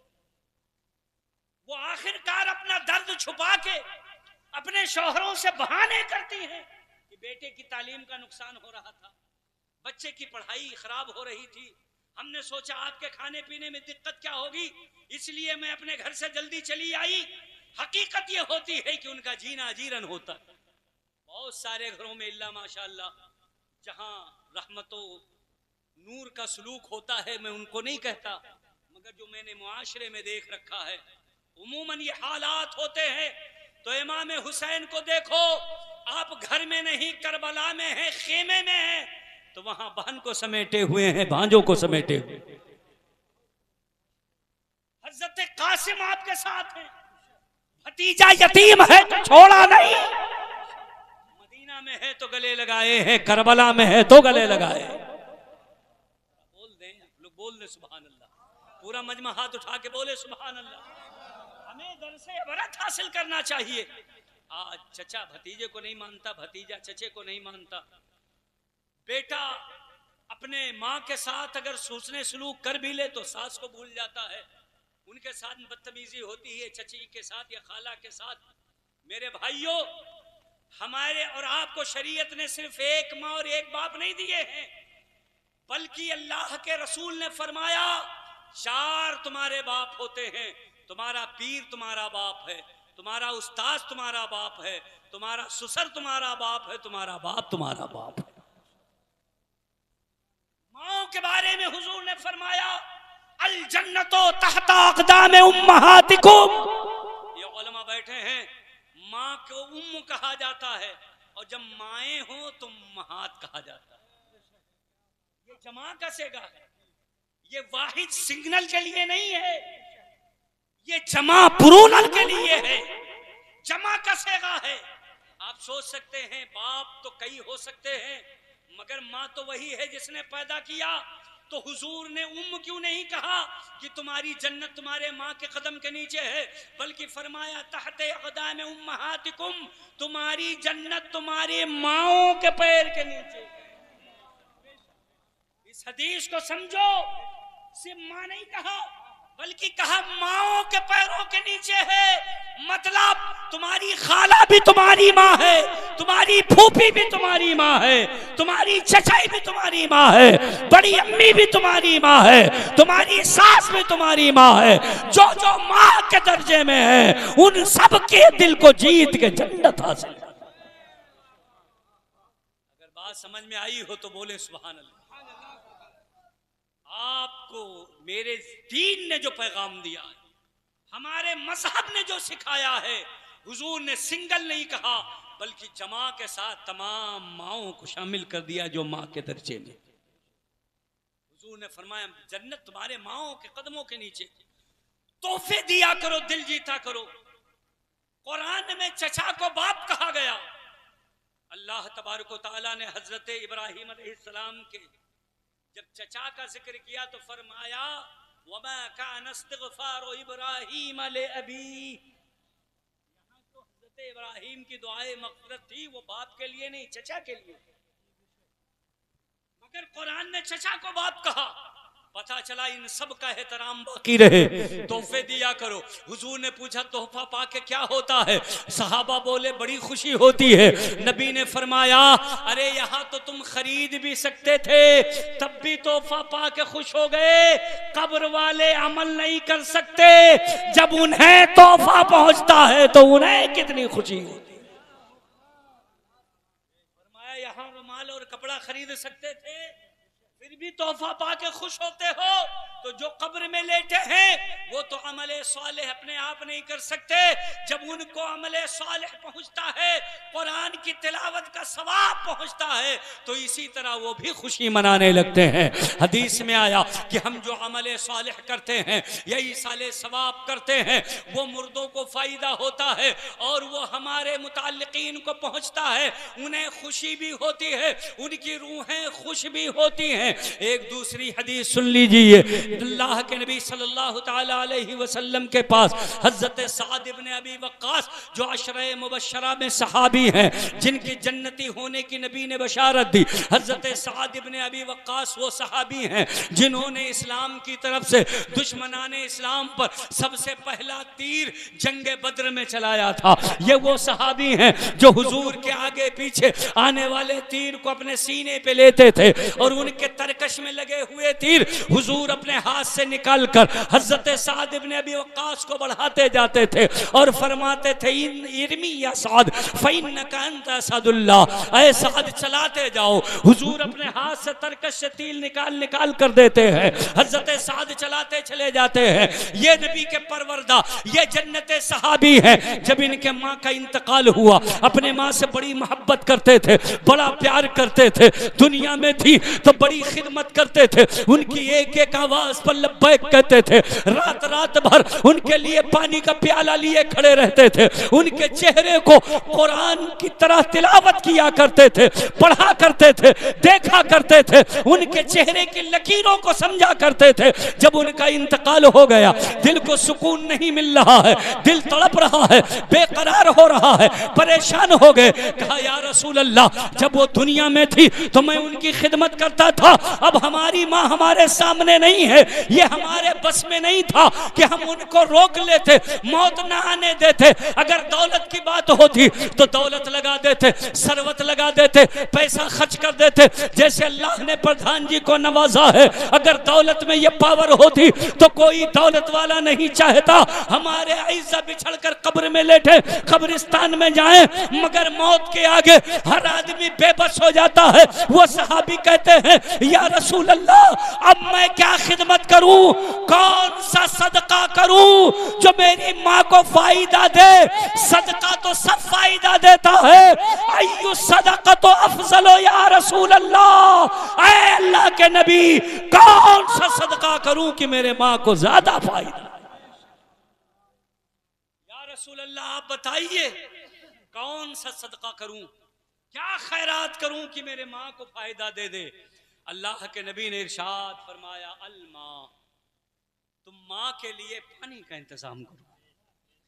फरमाया जाओ साथ, ये रेगिस्तान का इलाका है, ये पहाड़ियों की सरजमीन है, ये पहाड़ है, जगह जगह पत्थर हैं, यहाँ कोई कुआं नहीं है जिससे लोग पानी पी के सैराब हों, जिससे जानवर सैराब हों, जिससे चरिंदों परिंद पानी पी के सैराब हों। ऐ साद, तुम अपनी माँ से मोहब्बत करते हो, जाओ यहाँ पर एक कुआं बनवा दो जिससे लोग पानी पिए, जिससे जानवर पानी पिए, जो भी पानी पिएगा सवाब तुम्हारी माँ को पहुंचेगा। हज़रात मोहतरम फरमाया अलबीर, जाओ कुआं बनवाओ। हज़रत साद इब्ने अबी वक्कास गए, कुआं बनवाना शुरू कर दिया। अरब के रेगिस्तान सहरा में बहुत गहरी खुदाई होने के बाद पानी मिला, पत्थर लगा के जोड़ा गया, कुआं तैयार हो गया। आए हुजूर के पास, या रसूल अल्लाह कुआं बन करके तैयार है, आप क्या फरमाते हैं? तवज्जो फरमाइएगा, मैंने ये हदीस इसलिए कोट की है, आप समझे इसाले सवाब क्यों किया जाता है, और सहाबा अपने माँ के लिए इसाले सवाब करते आए। सहाबा ने जो किया था अल्हम्दुलिल्लाह वही सुन्नी जन्नती बरेलवी कर रहे हैं। मसलके आला हजरत वालों का मसलक मसलके सहाबा है। पूछा या रसूल अल्लाह कुआं तैयार है, क्या करें? मेरे आका ने घर बैठे बैठे कुछ नहीं फरमाया, कहा कहां कुआं है जरा लेके चलो। मुस्तफा आगे आगे, हजरत साद पीछे पीछे। जरा सब लोग बोले सुभान अल्लाह। मेरे आका कुआं के पास तशरीफ ले गए।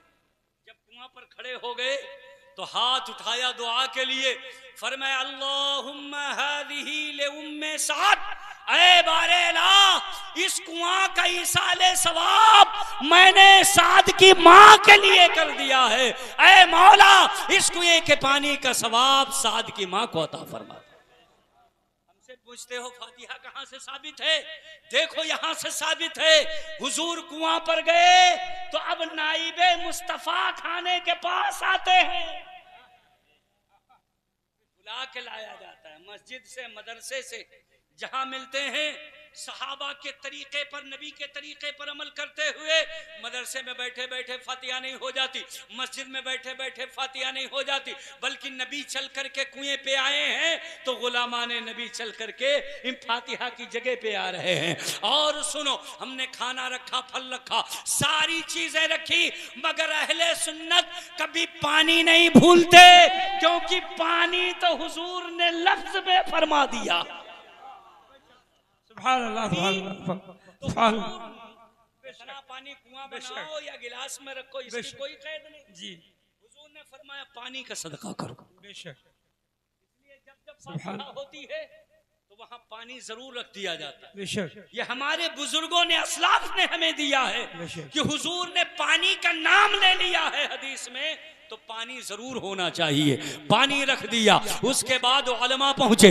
वहां पहुंचने के बाद इन्होंने भी सुन्नते रसूल पर अपने हाथों को फजा में बुलंद किया और दुआ करने के बाद सहाबी रसूल के लिए हुजूर ने दुआ की थी, नबी ने दुआ की थी और फरमाया था, ऐ बारे अला ये साद की मां के लिए है। तो आज 40वें के मौके पर इन उलमा ने हाथ उठाया और इन वारिसाने नबी ने और नबी के नाइबों ने हाथ उठाकर कहा, ऐ परवरदिगार ये प्रधान जी की मां के लिए, ये शकील खां की मां के लिए हमने उसी सुन्नत पे अमल किया और इसाले सवाब। सुभान अल्लाह, सुभान अल्लाह, सुभान अल्लाह, सुभान अल्लाह। हमारा अमल उलमाए अहले सुन्नत का अमल अल्हम्दुलिल्लाह हमारे माँ बाप को फायदा पहुंचाता है, उन्हें इसका फायदा पहुंचता है। हमें नबी से ये साबित है, सुन्नत से हमने सीखा है, हम इसाले सवाब करते हैं, अपने मरहुमीन को उसका सवाब पहुंचाते हैं, अपने वालिदैन को उसका सवाब पहुंचाते हैं।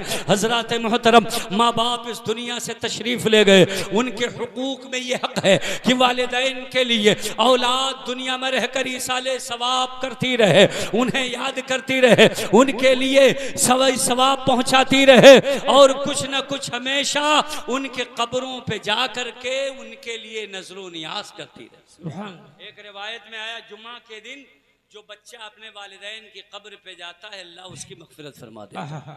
बेशक। सुभान अल्लाह, सुभान अल्लाह, सुभान अल्लाह, सुभान अल्लाह। तकरीर बंद कर दी जाए या और सुनेंगे थोड़ी देर? 10 मिनट और मैं इंशाअल्लाह बयान करने की कोशिश करता हूँ। आप लोग सुने तो सुने, सब लोग जरा हाथ उठा के बोले सुभान अल्लाह, सुभान अल्लाह। दरूद शरीफ पढ़े, अल्लाहुम्मा सल्ली अला सय्यिदिना शफीना हबीबना नबीना मौलाना मुहम्मद मौजूद वल करम वालिही व सहाबिही व बारिक व सल्लिम सलातन व सलामन अलैका या रसूल अल्लाह, सलातन व सलामन अलैका या हबीब अल्लाह सल्लल्लाहु तआला अलैहि व सल्लम। माँ बाप के हुकूक में ये है कि उनके दोस्तों से जिनसे उनकी बनती थी, औलाद भी उनसे मोहब्बत करे, उन्हें चाहती रहे, उनसे दोस्ती करे, उनसे ताल्लुकात रखे, उन्हें फरामोश न कर दे। जिस जिसको माँ बाप चाहते थे, बाप के जो दोस्त अहबाब हैं, माँ की जो सहेलियां हैं, अगर वो बाकी हैं तो उनकी दिलजोई में भी माँ बाप की खुशी होती है। वालिदैन का ये हक है कि उन्हें याद करते रहें, उनके लिए इसाले सवाब करते रहें, उन्हें याद रखें और कम से कम 40 दिन तक तो जरूर याद रखें। बेशक। सुभान अल्लाह। 40वें की महफिल है। मैंने रिवायत पढ़ी, फरमाया नबी ने जो अपने माँ बाप की कब्र पर जुमा के दिन जाता है अल्लाह उसकी मगफिरत फरमा दे। बेशक। तो हर जुमा को माँ बाप की कब्र पर जाना चाहिए जी। बोलो जाना चाहिए कि नहीं? जाना चाहिए। और जब मौका मिले तब जाना चाहिए। बेशक। इस पर भी एक रिवायत में पेश कर दूं अगर आपकी इजाजत हो। जी हुजूर सल्लल्लाहु ताला अलैहि वसल्लम की वालिदा आपकी कमसिनी यानी 5 साल की उम्र में आपकी वालिदा का इंतकाल हो गया। मदीना शरीफ आपकी ननिहाल थी, वहां से वापस आ रही थी, रास्ते में एक जगह है अबवा, मकाम अबवा में आपकी वालिदा का इंतकाल हुआ, वहीं दफन कर दिया गया। हुजूर सल्लल्लाहु ताला अलैहि वसल्लम एक मर्तबा मदीना गए, जब आप अबवा से गुजरे लोगों ने बताई ये अबवा शहर है। हुजूर को याद आया, मेरे आका ने फरमाया यही मेरी माँ दफन है, चलो मैं अपने माँ की कब्र पे हाजिरी देता हूं। आपने क्या फरमाया? मेरी माँ यहां दफन है, चलो मैं अपनी माँ की कब्र पे हाजिरी देता हूं। जब हुजूर अपने माँ की कब्र पे तशरीफ ले जा रहे हैं तो हम उम्मती अपनी माँ की कब्र पे क्यों न जाएं? जरा सब लोग हाथ उठा के बोलो सुभान अल्लाह। मकाम अबवा में हुजूर की वालिदा दफन है। इस रिवायत को सबने नकल किया है। हुजूर अपनी वालिदा के कब्र पे तशरीफ ले गए, सुन्नी भी कहते हैं, वहाबियों ने भी इस रिवायत को नकल किया, मगर सबने अपने अपने मतलब की ढूंढी। मेरे आका सल्लल्लाहु अलैहि वसल्लम अपने वालिदा के कब्र पर जा ही रहे थे, हजरत जिब्रील आए, कहा या रसूल अल्लाह चलिए मैं आपकी वालिदा के कब्र पे आपको पहुंचा देता हूं। आप साथ हजरत जिब्रील साथ हैं, हुजूर अपनी वालिदा के कब्र पे तशरीफ ले गए। नबी तशरीफ लिए जा रहे हैं, वालिदा के कब्र के पास हुजूर तशरीफ ले गए, हजरत जिब्रील चले। मेरे आका जब वहां पहुंचे, आपने सोचा वालिदा के कब्र पर आए हैं, हाथ उठा के दुआ कर देते। मेरे आका ने जैसे हाथ उठाना चाहा, फिर जिब्रील आए, कहा या रसूल अल्लाह आप हाथ मत उठाइए, आप आ गए काफी है, हाथ उठा के दुआ मत कीजिए। हजरत जिब्रील अमीन ने रोक दिया, कहा या रसूल अल्लाह, अर्ज किया या रसूल अल्लाह हाथ मत उठाइए, आप आ गए हैं काफी। अब इन दोनों रिवायत को सुन्नियों ने भी नकल किया, देवबंदियों ने भी नकल किया। इमाम जलालुद्दीन सुयूती रहमतुल्लाहि ताला अलैह अपनी किताब में नकल फरमाते हैं, इमाम जलालुद्दीन सुयूती रहमतुल्लाहि ताला अलैह अपनी किताब में नबी अकरम सल्लल्लाहु ताला अलैहि वसल्लम के इस वाकया को नकल फरमाते हैं। देवबंदियों ने कहा देखो हुजूर को इल्म गैब नहीं था, इसलिए कि अगर गैब होता तो जिब्रील को क्या जरूरत पड़ती उनके वालिदा की कब्र बताने के लिए, हुजूर अपने आप चले जाते। देवबंदियों ने अपने मतलब की छानी, अपने मतलब का निकाला, फिर कहने लगे देखो हाथ उठा के दुआ नहीं करना चाहिए। हजरत जिब्रील आए, हाथ उठाने से रोक दिया, और माज़अल्लाह ये भी कहा कि उनकी वालिदा मोमिना नहीं थी, इसलिए दुआए मगफिरत करने से अल्लाह ने मना कर दिया, जिब्रील ने आके रोक दिया। ये उनकी बात है, उनके मतलब की है, मगर इमाम जलालुद्दीन सुयूती रहमतुल्लाहि ताला अलैह ने इस रिवायत को नकल किया और फरमाया है लोगों, वजह ये नहीं है कि नबी गैब नहीं जानते थे, बल्कि नबी गैब जानते थे। अगर हुजूर जाते और जिब्रील ना होते तो कोई कह देता कि ये वही आने का दौर नहीं था, वरना कब्रों पे जाने से रोक दिया जाता। तो जिब्रील साथ साथ हैं ताकि लोग देख ले, जिब्रील भी आ रहे हैं, वही भी आ रही है, जिब्रील ही कब्र पे ले जा रहे। नारे तकबीर, नारे तकबीर, नारे रिसालत, नारे रिसालत। फिर उसकी वजह बयान फरमाए, हाथ उठाने से रोका क्यों? कहा उसकी वजह यह थी कि इस्लाम का इब्तिदाई जमाना था, कुफार और मुशरिकीन हंसते और कहते तुम किसका कलमा पढ़ते हो? जिसकी माँ तब बख्शी गई जब उनके लाडले ने वहां जाकर हाथ उठा के गिड़गिड़ा के दुआ की। इसलिए महबूब तुम्हें हाथ उठाने की जरूरत नहीं है, जहां ये नूर 9 महीना रहा है वो तो बख्शी बख्शाई है, जन्नत आपकी है, आपके वालिदैन को कौन रोकेगा? हाथ उठाने की जरूरत नहीं है, इन्हें यूं ही बख्श दिया गया। सुभान अल्लाह, सुभान अल्लाह, सुभान अल्लाह, सुभान अल्लाह। बरकत से वाह वाह, बेशक यूं ही बख्श दिया गया है, हाथ उठाने की जरूरत नहीं है। इसीलिए नबी ने इरशाद फरमाया, मा ज़ाला उनक़िला मिन अस्लाबिल करीमति इला अरहामित ताहिरति हत्ता उखरिज बैना अबवैया। मैं पाक नस्लों से पाकीज़ा पेट और शिकम में आता रहा, यहाँ तक कि हजरत आदम से लेकर हजरत अब्दुल्ला और आमना के दरमियान जाहिर हो गया। इसलिए मैं जहां जहां रहा, हजरत आदम से लेकर के हजरत अब्दुल्ला तक और हजरत हव्वा से लेकर हजरत आमिना तक, मेरे जहां जहां रहा उन तमाम माँ बाप के बख्शिश की जमानत लेता हूँ। हजरत आमिना क्या है, मैं जहां जहां रहा वो सब बख्श दिए। बेशक सुभान अल्लाह सुभान अल्लाह। वाह वाह। हमें ये पता चला कि वालिदा की कब्र पे जाना चाहिए। हुजूर खुद तशरीफ ले गए, आपने अपने वालिदा की कब्र पर हाजिरी दी, वहाँ आप तशरीफ ले गए। हमें जब मौका मिले अपने वालिदैन की कब्रों पे जाना चाहिए। मगर ख़ास बात ये 40वां की महफिल है, ये चहल्लुम की महफिल है। 40 दिन तक तो ज़रूर फातिहा करना चाहिए। इसलिए हमारे असलाफ ने, बुजुर्गों ने ये तरीका 40वां का राइज किया। फरमाया 3 दिन सोग के होते, 3 दिन सोग के होते हैं। किसी का इंतकाल हो तो 3 दिन तक सोग मनाया जाए। सोग मनाने में घर वाले दुख में होते हैं, जो करीबी रिश्तेदार होते हैं वो 3 दिन तक ठहरें, उन्हें तसल्ली दें, दिलासा दें, उन्हें खिलाएं पिलाएं। और 3 दिन के बाद जब सोग खत्म हो जाए तो 3 दिन तक जितना जिक्र व अस्कार किया, कुरान पढ़ा, दरूद पढ़ा, कलमा पढ़ा, तीसरे दिन जब सोग खत्म हुआ तो कुछ अच्छी चीज बनाकर घर वालों को भी खिलाओ और ईसाले सवाब करके मुर्दे को भी पहुंचाओ। यहां से तीजा का रिवाज हुआ। लोग कहते ये तीजा क्या है, ये 40वां क्या है? उसका मैं जवाब देना चाहता हूं। ये सोग के 3 दिन होते हैं। 3 दिन के बाद सबके लिए सोग खत्म। मगर बीवी अपने शौहर का सोग 3 दिन नहीं बल्कि 4 महीना 10 दिन मनाएगी। ये इद्दत 4 महीना 10 दिन है। वो 4 महीना 10 दिन तक सोग में रहेगी। हजरात मोहतरम घर वाले गम में डूबे हुए हैं, 3 दिन तक उनके यहाँ सोग हो। मेरे भाइयों, इस ज़िम्न में मैं एक बात जो हमारे दरमियान राइज है, आज प्रधान जी के इस जलसे के हवाले से आपकी इस्लाह करना चाहता हूँ। इधर मिट्टी हुई, उधर बिरयानी बटने लगी। इस काम को आप रोक दीजिए। अगल बगल वाले, पड़ोस वाले दूसरे घरों में खिला दे, इसमें किसी की इज्जत नहीं जाती है। मगर आज देखा यह जाता है, उधर जनाजा दफन नहीं हुआ, उधर दावतें उसी घर से बटने लगती हैं। ये घर मरहूम ने छोड़ा है, मियाँ कोई इस घर को आखिरी मर्तबा अलविदा कह के गया है, कम से कम 3 दिन तक वहां बिरयानी ना बटे।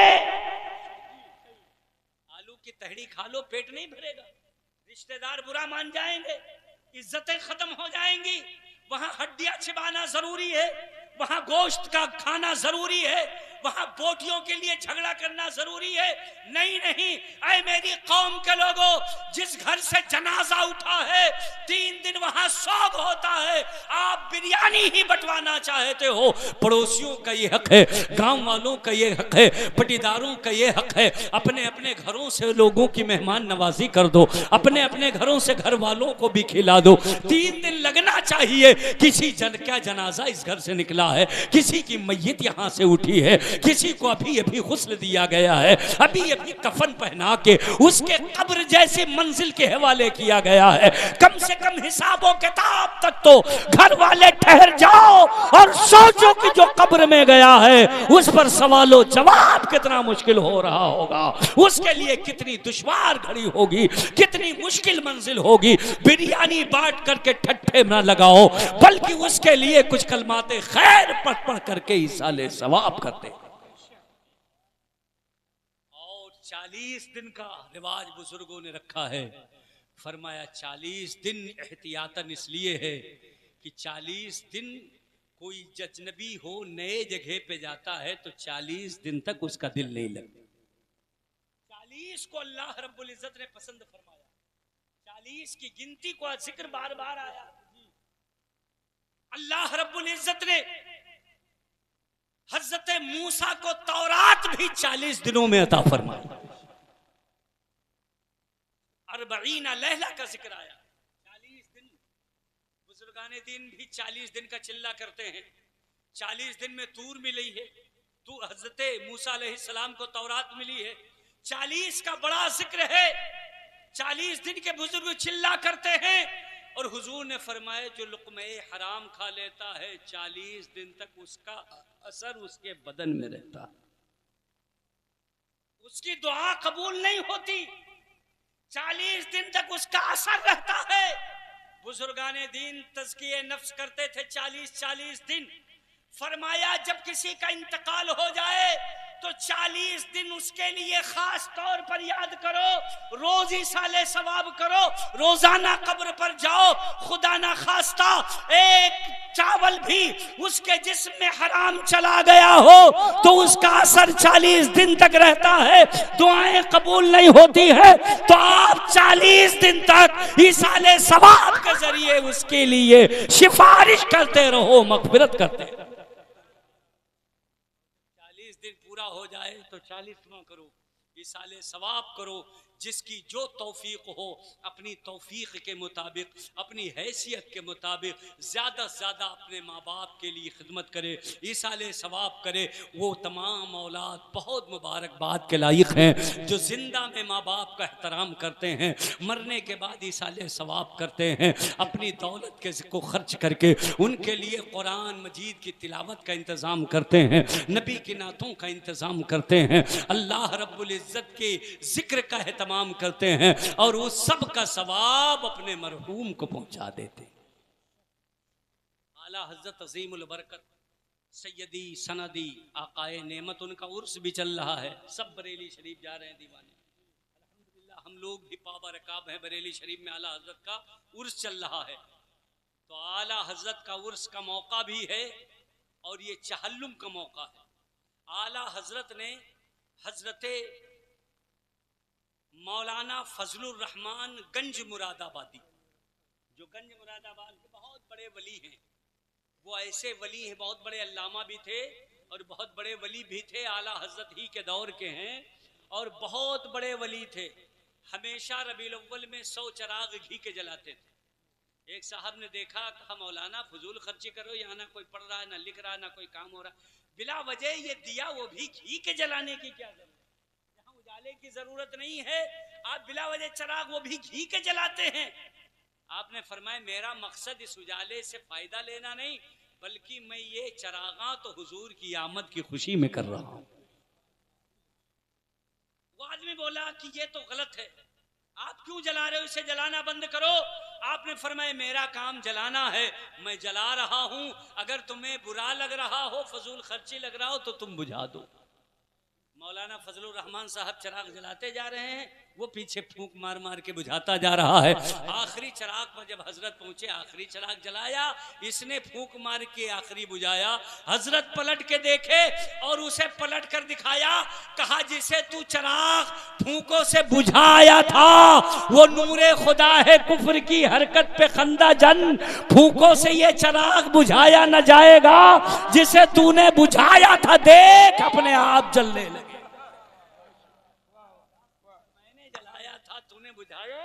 मगर ये तेरे फूंकों से नहीं बुझेंगे, ये रसूलुल्लाह की अजमतों की सही। यही मौलाना फजलुर रहमान, जब इनका इंतकाल हुआ, 40वां का वक्त हुआ और जैसे हम और आप 40वां के लिए बैठे इसाले सवाब की महफिल में, तो आला हज़रत अज़ीमुल बरकत ने कलम उठाया, एक नात शरीफ लिखी और नात शरीफ लिख करके उसको वहां भेज दिया। कहा अल्लामा फजलुर रहमान गंज मुरादाबादी के इसाले सवाब और चहल्लुम के लिए मैंने ये नात शरीफ लिखी है, कयामत तक जो इस नात शरीफ को पढ़ेगा इसका सवाब मौलाना फजलुर रहमान को पहुंचेगा। एक वली ने नात शरीफ लिखी एक वली के लिए, वो भी मकबूल, ये भी मकबूल, और उनकी लिखी नात भी मकबूल। वो नात शरीफ आला हजरत ने क्या लिखी थी? वो लिखा था अर्श हक है मसनदे रिफात रसूलुल्लाह की, देखनी है हश्र में इज्जत रसूलुल्लाह की। आला हजरत ने इस पूरे नात में कब्र और आखिरत और अकीदे का जिक्र फरमाया और उन्हीं के लिए फरमाया था कि कब्र में लहराएंगे ता हश्र चश्मे नूर के, जलवा फरमा होगी जब तलात रसूलुल्लाह की। ला रब्बिल अर्श, जिसको जो मिला उनसे मिला, बटती है कौनैन में नेमत रसूलुल्लाह की।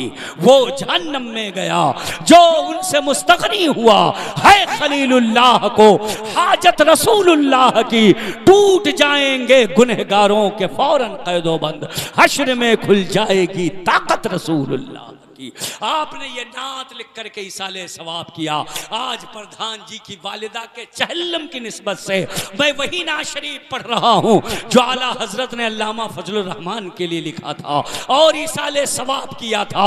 एक वली ने वली के लिए लिखा था। मेरा अकीदा ये है, ये नात शरीफ जिसके लिए इसाले सवाब कर दिया जाए तो आला हजरत और अल्लामा फजलुर रहमान की बरकतों से मेरा अकीदा बोलता है, जिसके लिए इसाले सवाब कर दो उसकी भी बख्शिश हो। सुभान अल्लाह, सुभान अल्लाह, सुभान अल्लाह, सुभान अल्लाह। वो नात शरीफ लिखी थी जी, अर्श हक है मसनदे रिफात रसूलुल्लाह की।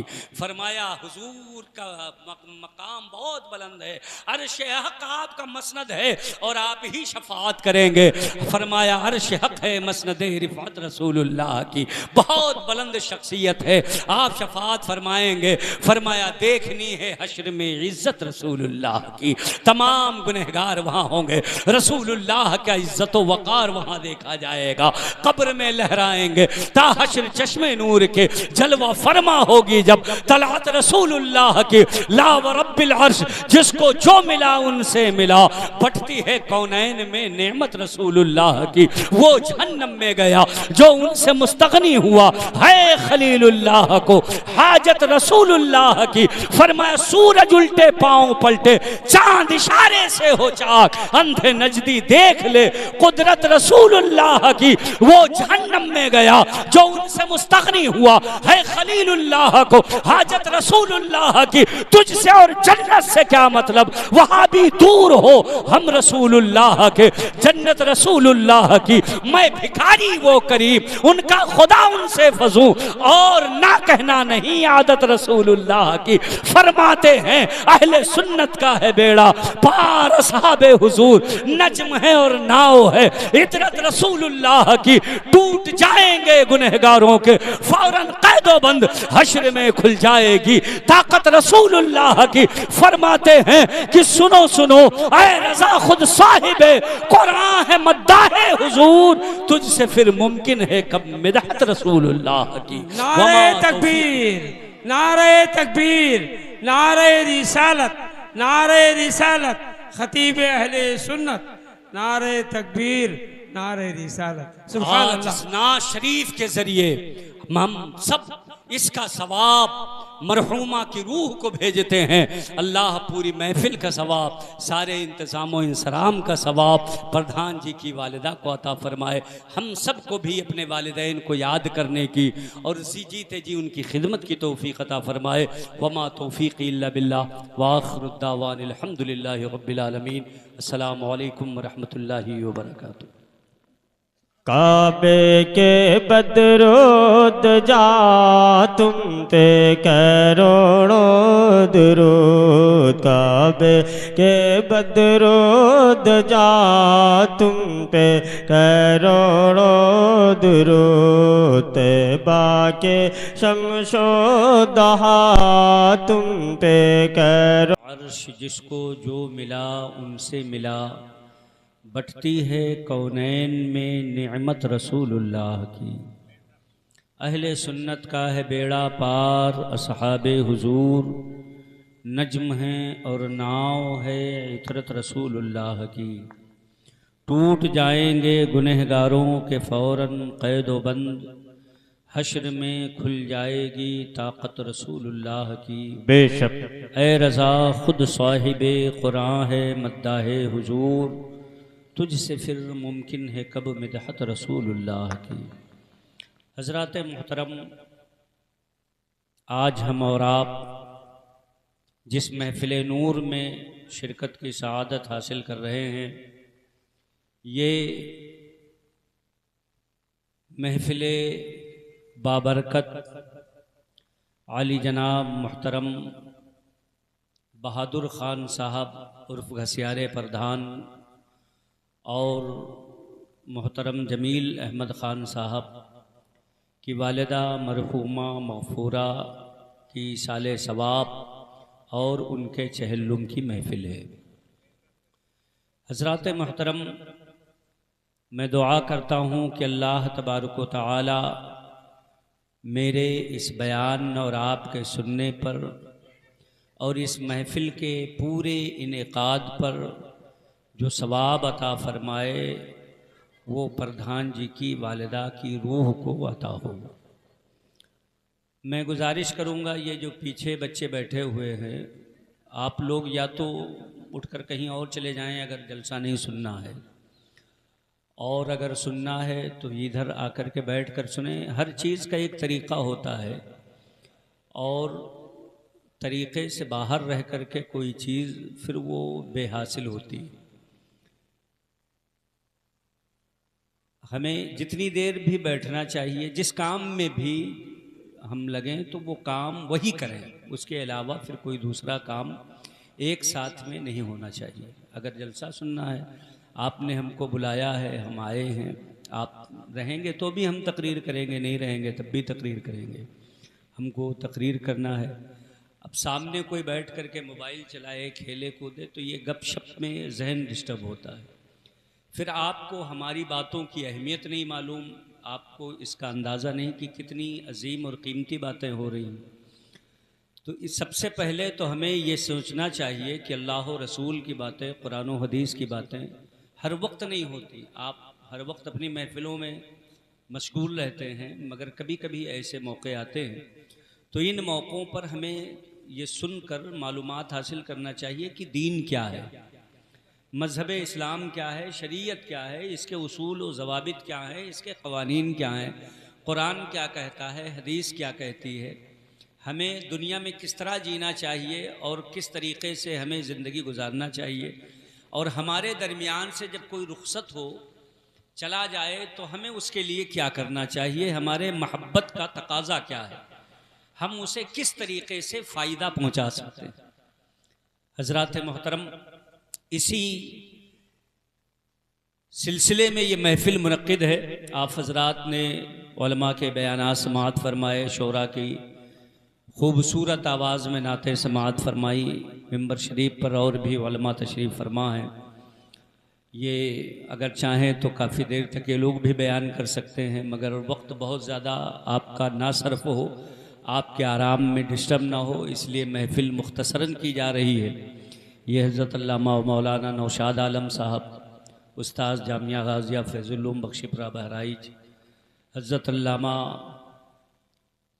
क़ारी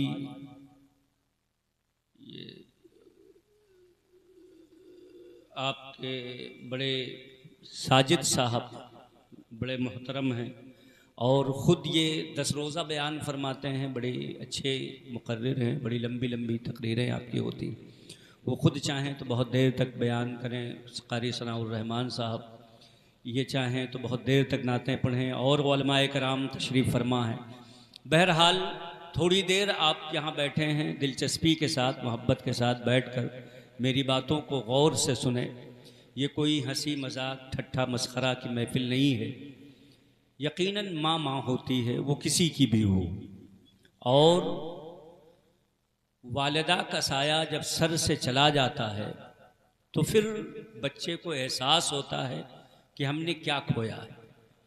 इस दुनिया में अल्लाह रब्बुल इज़्ज़त का अजीम शाहकार वो माँ बाप हैं।